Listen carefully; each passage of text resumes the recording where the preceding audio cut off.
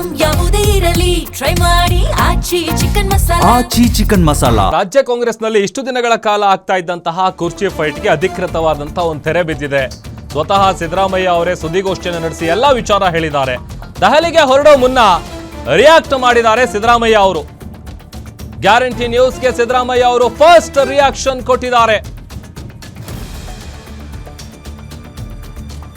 Sir ಡೆಲ್ಲಿಗೆ ಹೋಗ್ತಿದ್ರಿ ಭೇಟಿ ಮಾಡ್ತೀರಾ ಸರ್? ಬಿಡಪ್ಪ ಸಾಕಿಷ್ಟ ಸರ್ ಕಂಗ್ರಾಚುಲೇಷನ್ ಸರ್. ಸರ್ ಅಭಿನಂದನೆಗಳು ಸರ್ ನಿಮಗೆ ಸರ್. ನನ್ನ ಫೋನ್ ಇತ್ತ ಗಾಡಿಯಲ್ಲಿ ಸರ್ ठीक है सर सर सर सर ಒಂದು ರಿಯಾಕ್ಷನ್ ಸರ್. ಸರ್ ಮಾತಾಡೋಣ ಸಾಹೇಬ್ ಸರ್ ದಯವಿಟ್ಟು ಪ್ಲೀಸ್ ಓಕೆ ಸರ್ ತಳ್ಬಿಡಿ ಪ್ಲೀಸ್. ಸರ್ ಡೆಲ್ಲಿಗೆ ಹೋಗ್ತಿದ್ರಿ ಭೇಟಿ ಮಾಡ್ತೀರಾ ಸರ್? ಬಿಡಪ್ಪ ಸಾಕಿಷ್ಟ sir sir congratulation sir. Sir ಅಭಿನಂದನೆಗಳು ಸರ್ ನಿಮಗೆ ಸರ್. ನನ್ನ ಫೋನ್ ಇತ್ತ ಗಾಡಿಯಲ್ಲಿ ಸರ್ ठीक है सर सर सर सर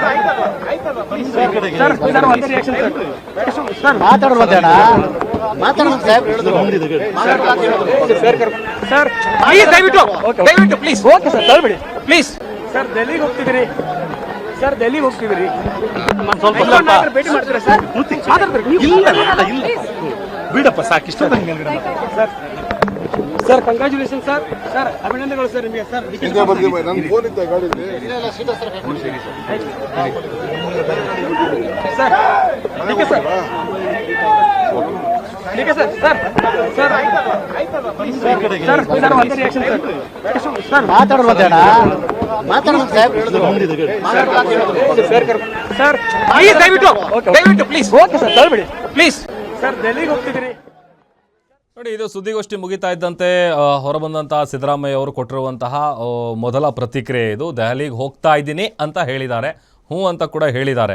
ಈಗ ಕೇವಲ ಸಿದ್ದರಾಮಯ್ಯ ಅವರು ಒಬ್ಬರೇ ಹೋಗ್ತಾ ಇಲ್ಲ, ಅವ್ರ ಜೊತೆಗೆ ತಮ್ಮ ಪುತ್ರ ಯತೀಂದ್ರ ಅವರು ಕೂಡ ಹೋಗ್ತಾ ಇದ್ದಾರೆ, ರಾಜ್ಯ ಉಸ್ತುವಾರಿ ಸುರ್ಜೇವಾಲಾ ಅವರು ಕೂಡ ಹೋಗ್ತಾ ಇದ್ದಾರೆ. 3 ಮಂದಿ ಒಂದೇ ಫ್ಲೈಟಲ್ಲಿ ಹೋಗ್ತಾ ಇದ್ದಾರೆ ಅನ್ನುವಂಥ ವಿಚಾರ ಗೊತ್ತಾಗ್ತಾ ಇದೆ. ಇದೆಲ್ಲದರ ನಡುವೆ ಮೊದಲಿಂದ ಎಲ್ಲ ಒಂದಷ್ಟು ವಿಚಾರಗಳ ಚರ್ಚೆ ಆಗ್ತಾ ಇತ್ತಲ್ಲ, ಅದೇ ರೀತಿಯಾಗಿ ಈಗ ಮತ್ತೊಂದು ಅಪ್ಡೇಟ್ ಸಿಗ್ತಾ ಇದೆ.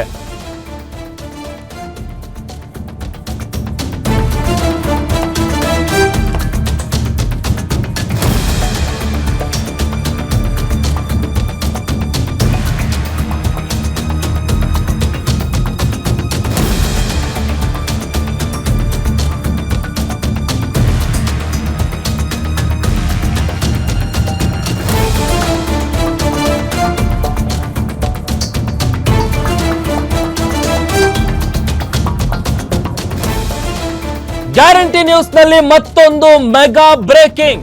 ಸಿಎಂ ಸ್ಥಾನದ ಜೊತೆ 3 ಡಿಸಿಎಂ ಸ್ಥಾನ. ಯಾಕಂತಂದ್ರೆ ಹೆಚ್ಚುವರಿ ಡಿಸಿಎಂ ಮಾಡ್ತಾರೆ, 4, 5, 3 ಈ ನಂಬರ್ ಗೊತ್ತಿರಲಿಲ್ವಲ್ಲ. ಈಗ 3 ಮಂದಿ, ಅದರಲ್ಲಿ ಮೊದಲು ಡಿಸಿಎಂ ಆಗಿ ಡಾಕ್ಟರ್ ಜಿ ಪರಮೇಶ್ವರ್, 2ನೇ ಡಿಸಿಎಂ ಆಗಿ MB ಪಾಟೀಲ್ ಅವರು ಫಿಕ್ಸ್. ಇನ್ನು 3ನೇ ಡಿಸಿಎಂ ಆಗಿ ಸಿದ್ದರಾಮಯ್ಯ ಅವರ ಪುತ್ರ ಯತೀಂದ್ರ ಅವರಿಗೆ ಚಾನ್ಸ್ ನೀಡಲಾಗುತ್ತೆ. ಯಾಕಂದ್ರೆ ಈಗ ಮುಖ್ಯಮಂತ್ರಿಗಳ ಬದಲಾವಣೆ ಆದ ನಂತರದಲ್ಲಿ ಇಡೀ ತಂಡನೇ ಚೇಂಜ್ ಆಗುತ್ತೆ. ಈ ಥರದ ಆಯಾಮದಲ್ಲೆಲ್ಲ ಒಂದಷ್ಟು ಲೆಕ್ಕಾಚಾರಗಳು ಸಹಜವಾಗಿ ನಡೀತಾ ಇತ್ತು.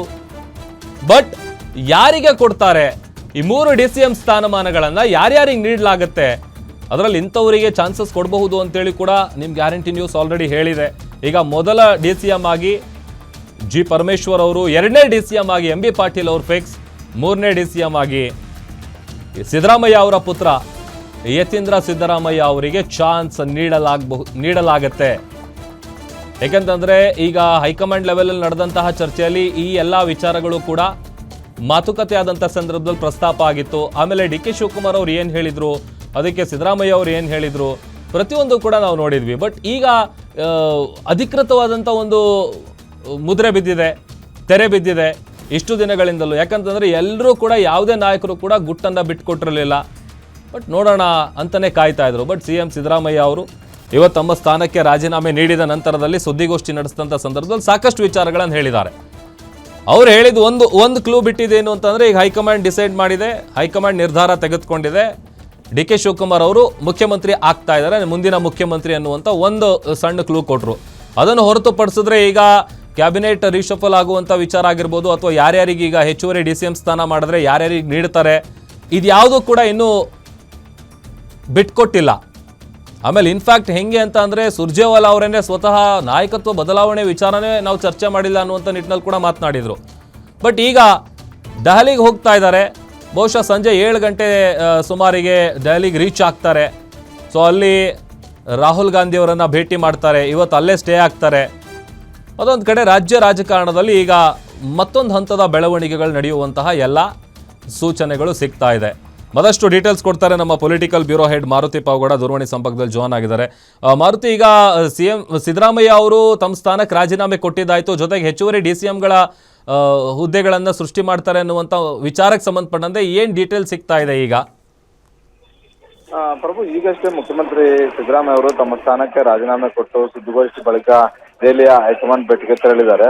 ಇದ್ರ ಜೊತೆಗೆ ಮೊನ್ನೆ CM ಸ್ಥಾನಕ್ಕೆ ರಾಜೀನಾಮೆ ಕೊಡಬೇಕು ಅಂತ ಹೇಳಿದಾಗಲೇ 4 ಹೆಚ್ಚುವರಿ DCM ಹುದ್ದೆಗಳನ್ನ ಸೃಷ್ಟಿ ಮಾಡಬೇಕು ಅನ್ನುವಂತ ಒಂದು ಬೇಡಿಕೆಯನ್ನು ಇಟ್ಟಿದ್ರು. ಜೊತೆಗೆ ಆಯ್ದ ಕೆಲ ಶಾಸಕರಿಗೆ ಸಚಿವ ಸ್ಥಾನವನ್ನ ಕೊಡಬೇಕು ಅನ್ನುವಂತಹ ಒಂದು ಪಟ್ಟಣ ಇಡುವಂತಹ ಒಂದು ಕೆಲಸ ಸಿದ್ದರಾಮಯ್ಯ ಅವರು ಮಾಡಿದ್ರು. ಹೀಗಾಗಿ ಸಿದ್ದರಾಮಯ್ಯ ಅವರಿಗೆ ಕೊಟ್ಟಂತಹ ಟಾಸ್ಕ್ ಅನ್ನ ಈಗ ಕಂಪ್ಲೀಟ್ ಮಾಡಿ ತಮ್ಮ ಸ್ಥಾನಕ್ಕೆ ರಾಜೀನಾಮೆಯನ್ನ ಕೊಟ್ಟು ದೆಹಲಿಯ ಹೈಕಮಾಂಡ್ ಭೇಟಿಗೆ ತೆರಳಿದ್ದಾರೆ. ಇವತ್ತು ರಾತ್ರಿನೇ ಬಹುತೇಕ ದೆಹಲಿಯ ಹೈಕಮಾಂಡ್ ಭೇಟಿ ಮಾಡುವಂತ ಒಂದು ಸಾಧ್ಯತೆ ಇದೆ. ಅವ್ರಿಗೆ ಒಂದು ಧನ್ಯವಾದವನ್ನ ಹೇಳಿದ ಬಳಿಕ ಸಹಜವಾಗಿ DCM ಹುದ್ದೆ ಸೃಷ್ಟಿ ಆಗಿರ್ಬೋದು, ಅದೇ ರೀತಿ ತಮ್ಮ ಆಪ್ತರಿಗೆ ಸಚಿವ ಸ್ಥಾನ ಕೊಡಿಸುವಂತ ಒಂದು ವಿಚಾರಕ್ಕೆ ಸಂಬಂಧಪಟ್ಟಂತೆ ಸಿದ್ದರಾಮಯ್ಯ ಅವರು ರಾಹುಲ್ ಗಾಂಧಿ ಹಾಗೂ ವೇಣುಗೋಪಾಲ್ ಸುರ್ಜೇವಾಲಾ ಅವರ ಜೊತೆ ಕೂತು ಚರ್ಚೆ ಮಾಡುವಂತ ಒಂದು ಸಾಧ್ಯತೆಗಳು ದಟ್ಟವಾಗಿದೆ. ಈಗ ನನಗೆ ಸಿಕ್ಕಿರುವಂತಹ ಒಂದು ಮಾಹಿತಿಯ ಪ್ರಕಾರ ಇಷ್ಟು ದಿನಗಳ ಕಾಲ 4 DCM ಹುದ್ದೆಗಳು ಸೃಷ್ಟಿ ಆಗ್ಬೇಕು ಅನ್ನುವಂತ ಒಂದು ಲೆಕ್ಕಾಚಾರ ಇತ್ತು.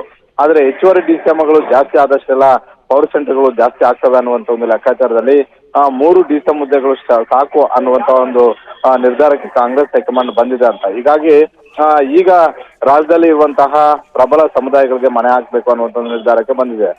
DCM ಡಿ ಕೆ ಶಿವಕುಮಾರ್ ಅವರು ಒಕ್ಕಲಿಗ ಸಮುದಾಯಕ್ಕೆ ಸೇರೋದ್ರಿಂದ ಮುಖ್ಯಮಂತ್ರಿ ಆಗ್ತಾ ಇದ್ದಾರೆ. ಅವರನ್ನ ಹೊರತುಪಡಿಸಿದರೆ ಹಿರಿಯ ಶಾಸಕರು ಸಚಿವರಾದಂತಹ ಡಾಕ್ಟರ್ ಜಿ ಪರಮೇಶ್ವರ್ ಅವರು ಉಪಮುಖ್ಯಮಂತ್ರಿ ಆಗ್ಬೇಕು ಅನ್ನುವಂಥದ್ದು. ಅದೇ ರೀತಿ ಯತೀಂದ್ರ ಸಿದ್ದರಾಮಯ್ಯ ಅವ್ರಿಗೂ ಕೂಡ ಅವಕಾಶ. ಯತೀಂದ್ರ ಸಿದ್ದರಾಮಯ್ಯ ಯಾವ ಕಾರಣಕ್ಕೋಸ್ಕರ ಅಂತ ಹೇಳಿದ್ರೆ, ಸಿದ್ದರಾಮಯ್ಯ ಅವರು ಈ ದೊಡ್ಡ ಸ್ಥಾನವನ್ನ ತ್ಯಾಗ ಮಾಡಿದ್ರಿಂದಾಗಿ ಹಿಂದೆ ಕೂಡ ಕಾಂಗ್ರೆಸ್ ಹೈಕಮಾಂಡ್ ಒಂದು ಸಲಹೆಯನ್ನ ಕೊಟ್ಟಿದ್ದು, ನಿಮ್ಮ ಮಗನ ರಾಜಕೀಯ ಭವಿಷ್ಯ ನಾವು ನೋಡ್ಕೊಳ್ತೀವಿ ಅಂತ ಹೇಳ್ಬಿಟ್ಟು. ಅದರ ಹಿನ್ನೆಲೆಯಲ್ಲಿ ಕುರುಬ ಸಮುದಾಯಕ್ಕೆ ಅವಕಾಶ ಕೊಡಬೇಕು ಅಂತ ಒಂದು, ಹೀಗಾಗಿ ಯತೀಂದ್ರ ಸಿದ್ದರಾಮಯ್ಯ ಅವರ ಹೆಸರು ಕೂಡ ಆ ಲಿಸ್ಟ್ ಅಲ್ಲಿ ಇದೆ ಅನ್ನುವಂಥದ್ದು. ಮತ್ತೊಂದು ಏನಂತ ಹೇಳಿದ್ರೆ, ರಾಜ್ಯಾದ್ಯಂತ 224 ವಿಧಾನಸಭಾ ಕ್ಷೇತ್ರಗಳಲ್ಲೂ ಕೂಡ ತಮ್ಮದೇ ಆದಂತಹ ವೋಟ್ ಬ್ಯಾಂಕ್ ತಿಳ್ಕೊಂಡಿರುವಂತಹ ಲಿಂಗಾಯತ ಸಮುದಾಯವನ್ನು ಕೂಡ ಮನೆ ಹಾಕ್ಬೇಕು ಅನ್ನುವಂಥ ಒಂದು ನಿರ್ಧಾರಕ್ಕೆ ಬಂದಂತೆ ಕಾಣಿಸ್ತಾ ಇದೆ. ಬಹುತೇಕ MB ಪಾಟೀಲ್ ಅವರ ಹೆಸರು ಸಿಂಗಲ್ ನೇಮ್ ಇದೆ ಅನ್ನುವಂತ ಒಂದು ಮಾಹಿತಿ ಸಿಗ್ತಾ ಇದೆ. ಹೀಗಾಗಿ MB ಪಾಟೀಲ್ ಹೆಸರು ಕೂಡ ಕಾಂಗ್ರೆಸ್ ಹೈಕಮಾಂಡ್ ಅಂಗಳದಲ್ಲಿ ಅಂತಿಮ ಆಗಿದೆ ಅನ್ನುವಂತ ಒಂದು ಮಾಹಿತಿ ಸಿಗ್ತಾ ಇದೆ. ಈ 3 ಹೆಸರುಗೂ ಕೂಡ ಫೈನಲ್ ಆಗಿದಾವೆ. ಆದ್ರೆ ಅಲ್ಪಸಂಖ್ಯಾತರು ಕೂಡ ಒಂದು ಅವಕಾಶ ಕೊಡಬೇಕು ಅನ್ನುವಂತ ಒಂದು ಚರ್ಚೆ ಬಹಳಷ್ಟು ಜೋರಾಗಿರೋದ್ರಿಂದ ಇವತ್ತು ಸಿದ್ದರಾಮಯ್ಯ ಅವರು ಹೋಗಿದ್ದಾರೆ. ಸಿದ್ದರಾಮಯ್ಯ ಅವರು ಕೂಡ ಈ ವಿಚಾರವನ್ನ ಕಾಂಗ್ರೆಸ್ ಹೈಕಮಾಂಡ್ ಗಮನಕ್ಕೆ ತಂದು ಅಲ್ಪಸಂಖ್ಯಾತರಲ್ಲಿ ಯಾರಿಗಾದ್ರೊಬ್ಬರಿಗೆ ನಾವು DCM ಹುದ್ದೆ ಕೊಡಬೇಕು ಅನ್ನುವಂತ ಒಂದು ಸಲಹೆಯನ್ನ ಮತ್ತೊಮ್ಮೆ ಹೇಳ್ಬೋದು. ಅದೇ ರೀತಿ ನಾಳೆ ಡಿ ಕೆ ಶಿವಕುಮಾರ್ ಅವರು ದೆಹಲಿ ಪ್ರಯಾಣವನ್ನ ಬೆಳೆಸ್ತಾ ಇದ್ದಾರೆ. CM ಹಾಗೂ DCM ಇಬ್ಬರನ್ನು ಕೂಡ ಕೂರಿಸಿಕೊಂಡು ಈ ಮಾತುಕತೆ ಅಂತಿಮ ಮಾಡುವಂತ ಒಂದು ಸಾಧ್ಯತೆ ಇದೆ. ಪ್ರಭು, ಮಾರುತಿ, ಹಾಗಾದ್ರೆ ಅಲ್ಲಿ ರಾಹುಲ್ ಗಾಂಧಿ ಅವರನ್ನು ಭೇಟಿ ಮಾಡಿದಂತ ಸಂದರ್ಭದಲ್ಲಿ ವಿಚಾರವಾಗಿ ಚರ್ಚೆ ಆಗಬಹುದಾ, ಹೇಗೆ ಅಂತ ಮತ್ತೆ ಹೇಗೆ? ಖಂಡಿತ. ಈಗ ರಾಜ್ಯದಲ್ಲಾದಂತಹ 2 ದಿನಗಳ ಎಲ್ಲಾ ರಾಜಕೀಯ ಬೆಳವಣಿಗೆಗಳನ್ನು ಕೂಡ ರಾಹುಲ್ ಗಾಂಧಿ ಅವರ ಗಮನಕ್ಕೆ ತರುವಂತ ಒಂದು ಕೆಲಸವನ್ನ ಸಿದ್ದರಾಮಯ್ಯ ಅವರು ಮಾಡ್ತಾರೆ. ಅದೇ ರೀತಿ ಸಿದ್ದರಾಮಯ್ಯ ಅವರ ಜೊತೆಗೆ 2 ದಿನಗಳ ಕಾಲ ಬೆಂಗಳೂರಲ್ಲೇ ಇದ್ದಂತಹ ಸುರ್ಜೇವಾಲಾ ಅವರು ಕೂಡ ಮಾಡ್ತಾರೆ.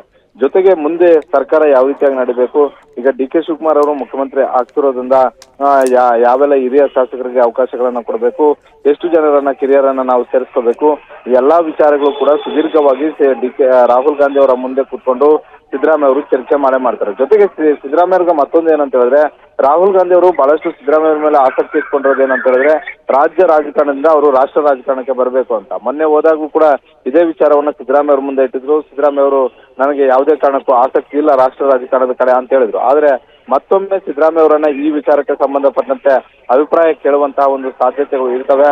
2 ದಿನಗಳಿಂದ ಚರ್ಚೆ ಮಾಡಿರುವಂತಹ ತಮ್ಮ ಆಪ್ತರ ಜೊತೆ ಚರ್ಚೆ ಮಾಡಿರುವಂತಹ ಸಿದ್ದರಾಮಯ್ಯ ಅವರು ಮನಸ್ಸು ಬದಲಾಯಿಸಿಕೊಂಡಿದ್ದಾರಾ ಇಲ್ವೋ ಗೊತ್ತಿಲ್ಲ. ಆದ್ರೆ ಈಗ ಇವತ್ತು ಕೂಡ ಸುದ್ದಿಗೋಷ್ಠಿಯಲ್ಲಿ ಅದೇ ಹೇಳಿದ್ರು, ನಾನು ರಾಷ್ಟ್ರ ರಾಜಕಾರಣಕ್ಕೆ ಹೋಗೋದಿಲ್ಲ, ರಾಜ್ಯ ರಾಜಕಾರಣದಲ್ಲೇ ಸಕ್ರಿಯವಾಗಿ ಇರ್ತೀನಿ ಅಂತ. ಹೀಗಾಗಿ ರಾಹುಲ್ ಗಾಂಧಿ ಅವರ ಮುಂದೆ ಹೋದಾಗ ಆಗ ಸಿದ್ದರಾಮಯ್ಯ ಅವ್ರಿಗೆ ಏನ್ ಅನ್ಸುತ್ತೋ ಆ ಅಭಿಪ್ರಾಯವನ್ನ ವ್ಯಕ್ತಪಡಿಸುವಂತ ಒಂದು ಸಾಧ್ಯತೆ ಇರುತ್ತೆ. ಹೀಗಾಗಿ ಒಟ್ಟಾರೆ ಮುಂದಿನ ದಿನಗಳಲ್ಲಿ ಡಿ ಕೆ ಶಿವಕುಮಾರ್ ಅವರ ನೇತೃತ್ವದಲ್ಲಿ ರಚನೆ ಆಗ್ತಾ ಇರುವಂತಹ ಸರ್ಕಾರದಲ್ಲಿ ಯಾರೆಲ್ಲ ಸಚಿವರುಗಳು ಇರಬೇಕು, ಹಾಗೂ ಸರ್ಕಾರದಲ್ಲಿ ಮತ್ತೆ ಸರ್ಕಾರದ ಹೊರಗಡೆ ನನ್ನ ಪಾತ್ರ ಏನು, ಕೆಪಿಸಿಸಿಗೆ ಯಾರ ಸಾರಥ್ಯವನ್ನ ವಹಿಸಬೇಕು, ಹಾಗೂ ಮುಂದೆ ಬರ್ತಾ ಇರುವಂತಹ ಜಿಬಿಎ ಮತ್ತೆ ಸ್ಥಳೀಯ ಸಂಸ್ಥೆಗಳ ಚುನಾವಣೆ ಜೊತೆಗೆ 2028 ವಿಧಾನಸಭಾ ಚುನಾವಣೆ ದೃಷ್ಟಿಯಿಂದ ಕ್ಯಾಸ್ಟ್ ಫಾರ್ಮಲ್ ಅಂದ್ರೆ ಜಾತಿ ಸಮೀಕರಣವನ್ನು ಯಾವ ರೀತಿಯಾಗಿ ಮಾಡಿದ್ರೆ ನಮಗೂ ಅನುಕೂಲಗಳು ರಾಜಕೀಯವಾಗಿ ಆಗ್ತವೆ, ಎಲ್ಲಾ ವಿಚಾರಗಳನ್ನ ಸುದೀರ್ಘವಾಗಿ ಚರ್ಚೆ ಮಾಡುವಂತ ಒಂದು ಸಾಧ್ಯತೆ ಇರುತ್ತೆ. ಆದ್ರೆ ಕಾಂಗ್ರೆಸ್ ಹೈಕಮಾಂಡ್ ಅಂಗಳದಲ್ಲಿರುವಂತಹ ರಾಹುಲ್ ಗಾಂಧಿ ಅವರ ಆ ಬಿಸಿ ಶೆಡ್ಯೂಲ್ ಅಲ್ಲಿ ಅವರು ಎಷ್ಟು ಸಮಯ ಕೊಡ್ತಾರೆ ಅನ್ನೋದ್ರ ಮೇಲೆ ಎಷ್ಟೊತ್ತು ಚರ್ಚೆ ಮಾಡ್ತಾರೆ, ಯಾವೆಲ್ಲ ವಿಚಾರಗಳನ್ನ ಪ್ರಸ್ತಾಪ ಮಾಡ್ತಾರೆ ಅನ್ನುವಂಥದ್ದನ್ನ ಕಾದ್ ನೋಡ್ಬೇಕಾಗಿದೆ Prabhu. Okay, thank you Maruti.